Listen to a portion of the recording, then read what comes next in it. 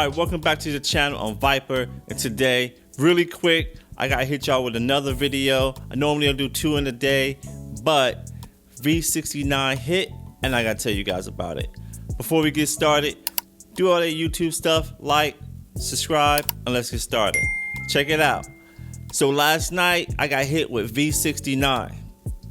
Really late last night.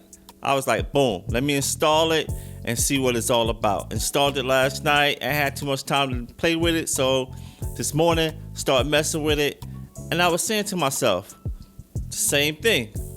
I don't even have everything that V68 had, but now they're giving me V69. But then they gave me another update that came through, and now V69 is worth it. Listen, you can pin the screen up, and as you playing your game, you can have a screen follow you inside the game. That's sick. I was playing Onward, and as you see, as I'm playing Onward, this game is just running as normal, and the screen is just following me right here. Now sometimes I can't look around that screen, and I got to move out the way in the real world to see what it is unless I physically move that screen. But as I'm playing Onward right now, I can do whatever I want to do, and boom, the screen is right there. And I can watch like a walkthrough, a gameplay. If I'm getting stuck, I can have that running, or I could just have like anything running on the side. Like, this is especially good if I start playing Walkabout Mini Golf, because I don't really like their music in there, and I can have something playing in the background as I'm playing golf. That's gonna come in handy for me. And then I put it in Beat Saber just to see how it was, and it was pretty good. You know, it just had something playing on the side, something extra distracting, but I just wanted to test it out to see how it worked, and it worked real good. So that part right there is dope. And I don't know what they be doing, but it's clearer now. Like, the visuals are clearer. I can see my keyboard clearer and pass through. I don't know. It just looks better, and it's more stable.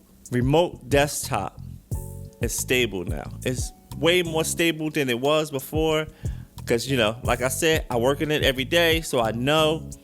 So virtual desktop is more stable now, and like when I resize the screens, that works. And they fixed the controller issue. You know, before it had an issue where the controllers would disconnect. That's not happening no more. The controllers stay connected to the headset. Everything is working as usual.